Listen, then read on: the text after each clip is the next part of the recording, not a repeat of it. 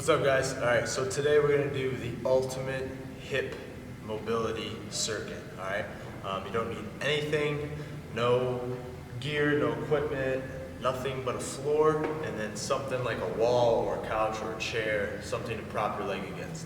So we're going to go through this.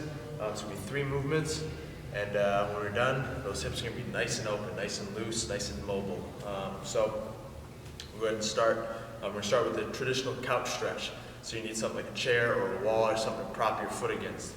So what we're going to do is we're going to start, I'm going to get my knee on the ground all the way up to the wall. So my knee is actually against the wall here. And this might be where you have to stop with this front knee on the floor.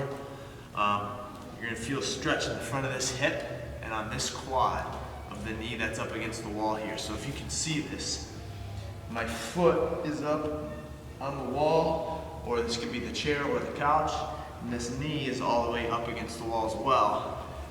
So you're just going to chill here.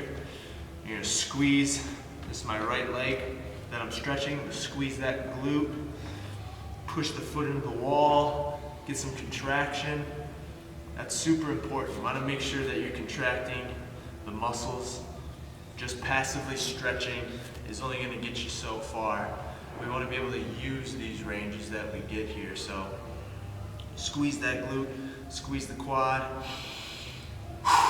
Take a nice deep breath, making sure you're breathing through your stretches, breathing through these moves. So once that starts to loosen up, or if this is too easy, the next progression is this front leg to get this foot up on the ground. And then you can keep this hand down here. Now this is propping me up a little bit more. I'm getting a little bit more tension. Same thing, just breathe. Squeeze the glute of the right leg. Push the foot into the wall. Contract the quad. And then relax it. Getting those contractions at the end range is going to make sure that you're getting usable range of motion. Just passively stretching just increases flexibility. Flexibility is not usable range of motion. Flexibility is just passive range of motion. We want to be able to use ranges of motion so we can generate force, generate power in those ranges. So you do those contract, relax, just contract it hard. Take a deep breath and then relax. So hold the contraction for 3 to 4 seconds.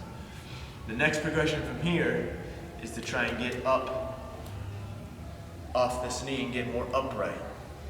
So now I'm here, I'm up. Now I'm getting a really crazy stretch on this front of this hip. And I'm gonna do the same thing, we'll squeeze that glute, contract, breathe. You can hunt around, kind of twist the torso, you can lift this arm up and bend to the side, and just hunt around for these places where you're more tight. So that's the first stretch. That's the couch stretch. So making sure you're breathing through that, contracting, relaxing, hitting those, and obviously you're going to hit both sides. You don't want to go too much too fast, because if you do, the tissues are not going to relax and you're just going to end up hurting yourself. So never should you be stretching or mobilizing into pain. If you cannot breathe normally, it's too much. If you have to wince, if you're making pain faces, it's too much. If you can't breathe naturally, take a nice deep breath like that, then it's too much. So chill here. If this is where you're at, this is where you're at. You're going to be here. You know, the more you do it, the more it'll open up, the quicker you'll be able to progress it. So this couch stretch, this is movement number 1.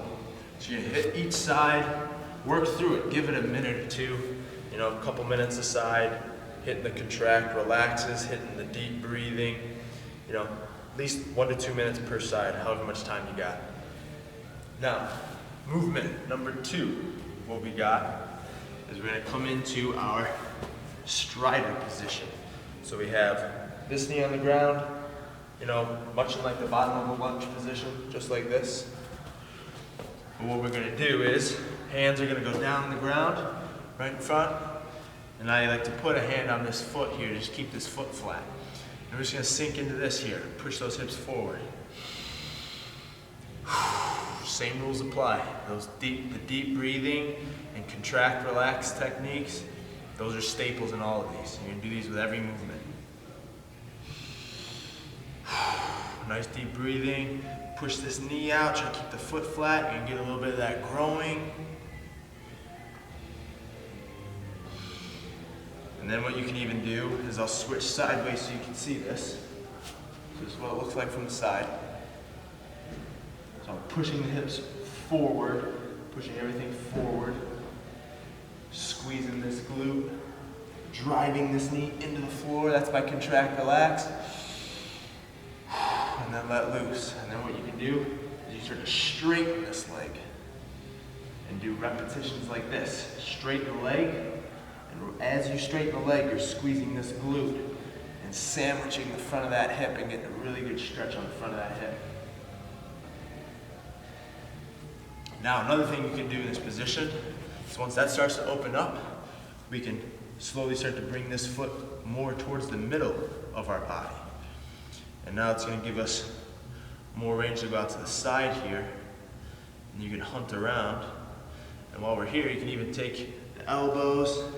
You know, you get down on the ground here, really try to open this stuff up. Reach across the body. Push the knee away.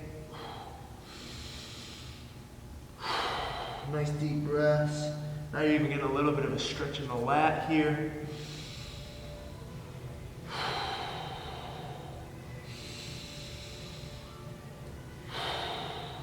So I'm holding it here a little bit longer because I'm feeling some good stretches. I'm getting a good stretch on my adductor, getting a good stretch on my lat.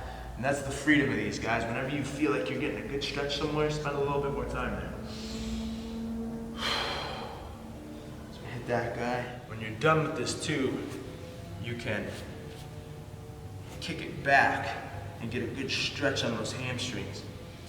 So in that strider position here, you know, when you're here, you just start to back it up. Shoot the hips back and get this front leg straight and just rock it back. It's important to make sure you pull the toes up too. The calf ties in with that hamstring behind the knee. So if you keep the toes pointed, you're not going to get as good of a stretch as you could if you pull the toes towards your body. And just rock back and forth here a few reps to open up the back of that high hip, high hamstring area. And again, we can start to just keep on moving this foot to the middle until we get all the way to the other side. We can start to just set this guy down into more of a pigeon position. So this is, I guess you could call this like movement 2A. So movement 1 was that couch stretch. Movement 2 was our strider. Movement 2A, kind of segueing from the strider into this pigeon position. So we got the knee bent at 90 degrees, got this guy flat on the ground, and importantly, keeping the hips square to the ground. I'm not cockeyed like this, my hips are square to the ground. From the side, it looks like this. You know, this back knee still on the ground, much like it was in the strider position. And we're just chilling here like this. And same thing, kind of hunt around, you can sway back, side to side, get a little bit of rotation in here. Getting a really good stretch right here, so I'm gonna take a nice deep breath. Let it out. So this is that position. We'll go ahead and hit all this on the other side now.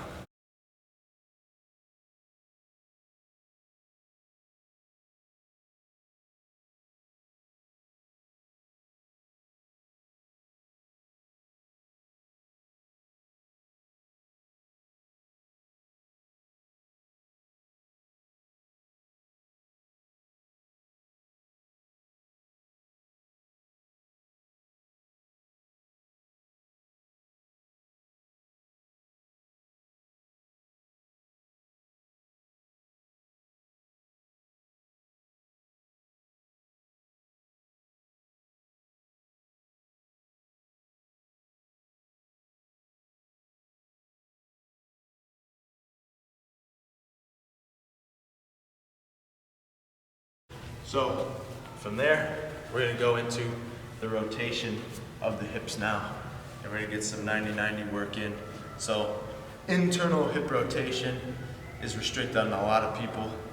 So what we can do, like to start just working some internal rotation. So what we do is we'll lay down and we'll let one leg drop in. So you can see I got about a 90-degree angle on my knee. I'm gonna let that knee drop in, and I'm just gonna take this off leg, and I'm not gonna push, I'm not gonna put any pressure. I'm just gonna let the weight of my leg push down the weight of this leg that's internally rotating. I'm just gonna sit here, take a nice deep breath, but then what I'm gonna do is I'm gonna do a contraction here.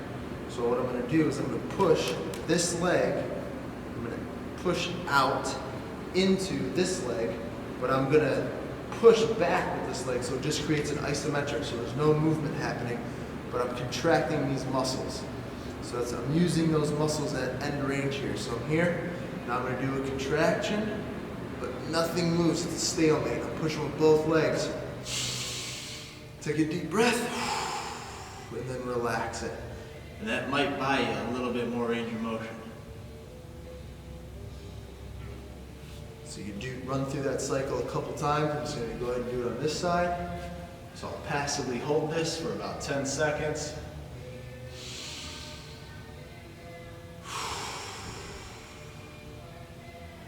Now I'm going to do that isometric, turn it on, and then relax it. So now what that does is it's going to buy us a little bit of internal hip rotation, and we can go right into a 90-90 hip drill, which we get nice and wide and a nice bear sit. Then we're going to rotate the legs. Internally rotated on this one, externally rotated on this one.